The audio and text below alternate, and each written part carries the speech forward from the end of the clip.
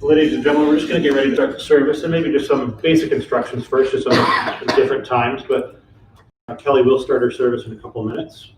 At the end of the service, I'm going to come in and invite everyone to come forward one last time. We will maybe start at the back of the room. You could file by her casket time. Once you've done that, we have people go directly to their cars and wait for us there. Those that have been asked to help with pallbearers today, once you go by the casket, you actually join our staff at the foyer, and they will give you some instructions there. And then we'll give you different instructions at the cemetery. Okay? What do you say?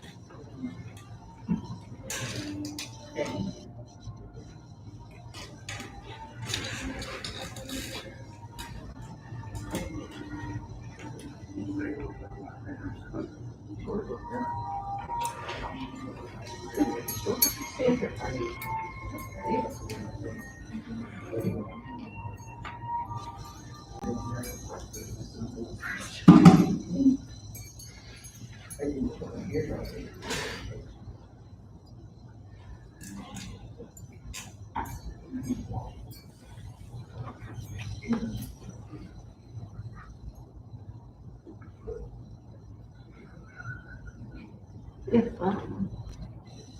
Jody wants it, or you, go ahead.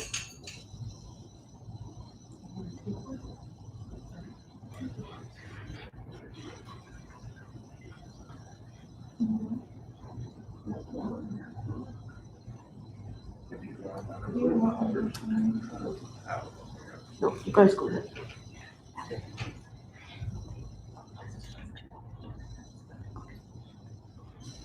She said, I've learned that whenever I decide something with an open heart, I usually make the right decision.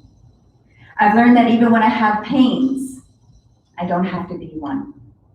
I've learned that every day you should reach out and touch someone.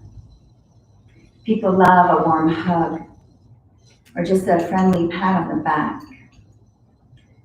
I've learned that I still have a lot to learn. I've learned that people will forget what you said. People will forget what you did, but people will never, ever forget how you made them feel. And as we sit here with our masks on, unable to reach out and hug someone and show them the love that we want, we become more grateful for the ability to come together in any way that we can and become thirsty for those moments that we can cuddle and kiss and be who we are as a humanity. Right now, COVID is like a very unwelcomed house guest. But in time, it will be, I believe, one of our greatest teachers. Because it's teaching us all what we want in our life and how the simple things are so incredibly huge. Like holding hands and hugging someone when you see a good friend. But for now, we do what we have to do, and we become very brave to come together, to share time together. So welcome each and every one of you. My name is Kelly Malash, and I am truly honored and humbled to be your funeral celebrant today. And welcome to the people that are streaming online. We gather here to come and celebrate Betty Enns and her glorious life of grace. It's a really important day when we stop to acknowledge the value of a life and the beautiful ways that a person touched our world. We're here to stand in silent vigil and support for Betty's family and the friends that she made family. On June the 29th, Betty's sweet life came to an end after spending 93 amazing years on this planet, sharing her smiles and her unwavering love. She joins her husband Kurt, her parents Fred and Vera, her brothers Roy and Denby, and Denby's wife Yvonne. She joins her brothers-in-law Marwood and Roy as all a part of your family's constellation of angels. Betty will be deeply missed by her sister Norma, her sisters-in-law Gladys and Louise's husband Bob. Betty was a treasured aunt to many nieces and nephews. She was blessed to have her great-nephew Ronald and his wife Jody, great-niece Danielle and her husband Donald and Heather to cocoon her in love and support during her final chapter of her life. So before we go any further, let's just take a few minutes to clear our minds of all of the worries and the minutiae of the day. Center our thoughts and our focus and our hearts on the memories of Betty. Because just coming here today and taking the necessary steps to come to this place of reality is always a formidable task. And so as we all just take a deep breath in, we choose to allow the essence of Betty and all that she meant to us to completely fill the room. This is Betty's space today. So please take that deep exhale and allow the spirit of Betty to join you in the celebration. Because at this time of loss, there's these words that Rumi wrote, and I love them. It says, goodbyes are only for those who love with their eyes. Because for those that love with their heart and their soul, there's no such thing as separation. So thank you. Thank you all for coming here today, for saying it's important to place my seat here and to be here. You touched Betty's life in your own special way, and in return, you're here to bear witness to the impact that she had on your life. Your presence today helps begin the process of turning your tears into sweet, beautiful memories. We're here to laugh, or we're here to cry together. We're here to celebrate the way she lived her life in her most unique way, creating her amazing poor boy cake, sharing her constant smile that accompanied her quick wit, and her kind heart that unconditionally accepted everyone for exactly who they were. Betty was a class act with an artistic talent showing itself through crafts and paintings and crocheting and knitting. There's countless keepsake baby trunks out there, each one that has this beautiful bonnet made for their baby. And there's babies out there right now maybe wearing this bonnet that has the magic of Betty tucked safe inside of it. I kind of feel that when I was talking to Danielle, that Betty was like the human replica of Tweety Bird's grandmother. She was sweet and sassy. The sassy part showing itself more when she started watching wrestling on TV in the recent years. She loved curling too, but it's wrestling that showed her spunk. Betty held each and every one of you in the center of her heart. That place, just as where you hold her in yours, is eternal. So we're here to acknowledge that Betty left this handprint on your heart. You're here to express gratitude that she was in your life. You aren't really here because she died. You're here because Betty lived. And even though there's this heavy sadness in your heart right now, we can celebrate her by remembering that when you are sorrowful, as you are right now, you have to look inside your heart, because really the truth and why you are weeping is because there was such great love deposited in your heart. A gathering like this is always one of mixed emotions. Sadness, for sure, because Betty's no longer here. There's relief. Relief because she's no longer struggling with the limitations of her body. There's gratitude. Gratitude because she was part of your history and of your experience. There's bereft because the next part of your lives will not include the presence of Betty, except for all of these memories that you have in your heart of her.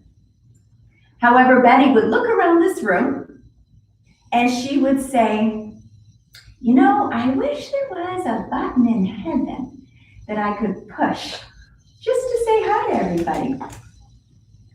On May 22nd, 1927, likely a beautiful spring day, Betty made her grand entrance into the world and began her adventure that we call life. Born in Tilbury Township, she remained in that area attending school and developing herself ultimately in such a way that it landed her impressive position with the Royal Bank and a beautiful house on the water in Wheatley.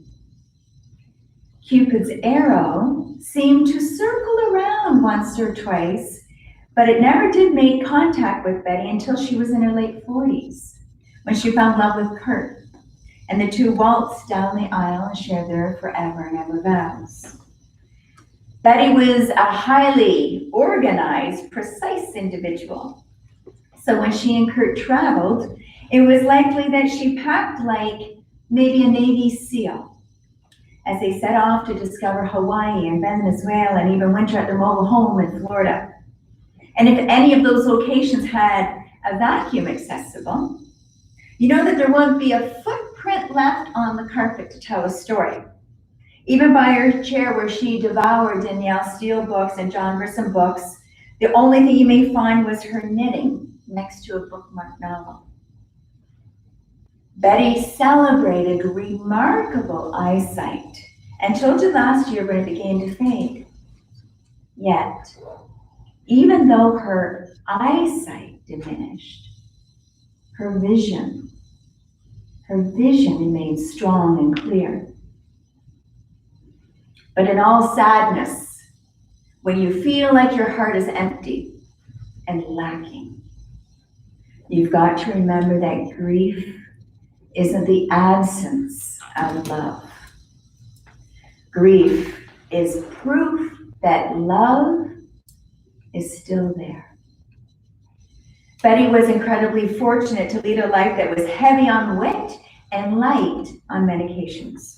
It's not uncommon for seniors when they get to their 8th decade and above to have to consume so many pills, it becomes a meal in itself.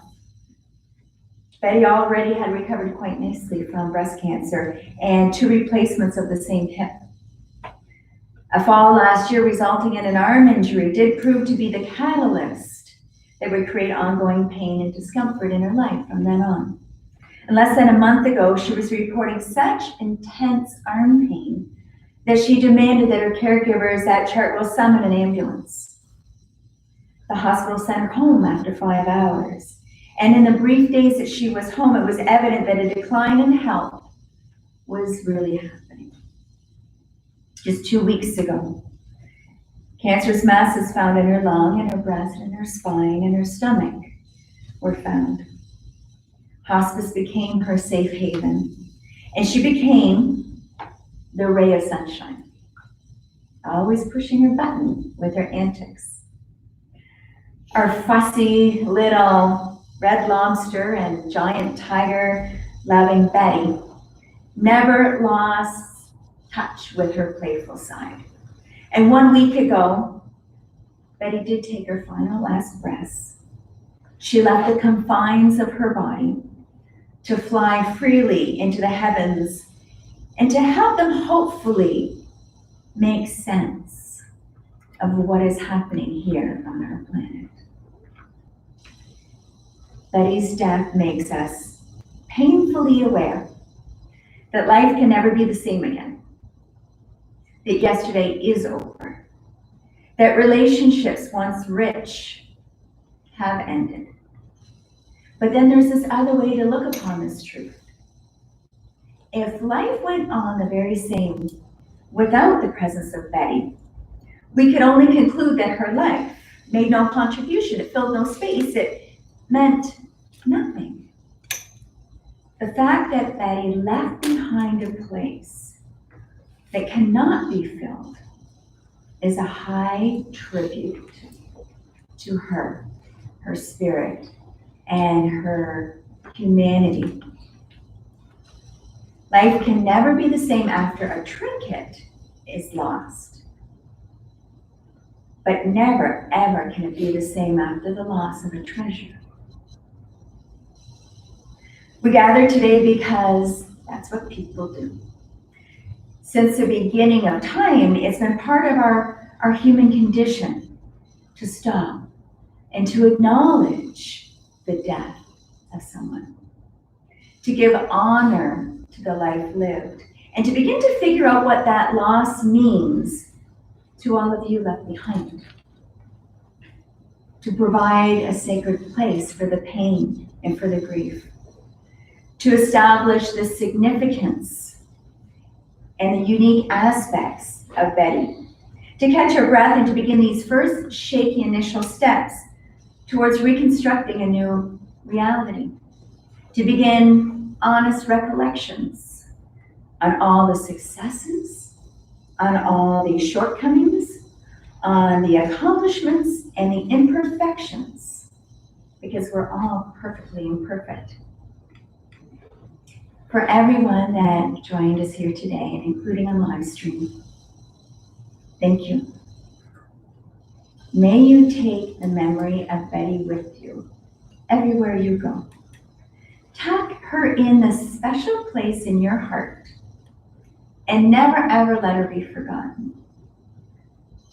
May you honor her dreams. May you honor Betty's accomplishments every day of your life. May you discover yourself as Betty did when she was at her very finest. It was in unconditional love that Betty thrived. So may you be the best you in honor of the best Betty. And to conclude this, I would love it if you would enjoy and join me in the Lord's Prayer. Our Father, who art in heaven, hallowed be thy name. Thy kingdom come, thy will be done on earth as it is in heaven.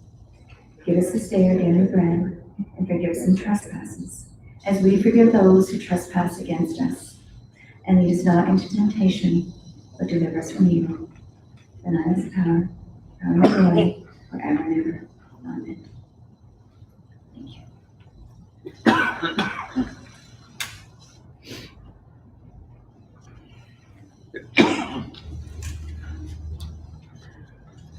As I mentioned earlier, folks, we'd like to invite everyone to come by one last time. So maybe starting at the back of the room, if you wish to come forward, you can file by Betty's casket, then we'll have you go directly to your cars, and maybe we'll have the immediate family go last.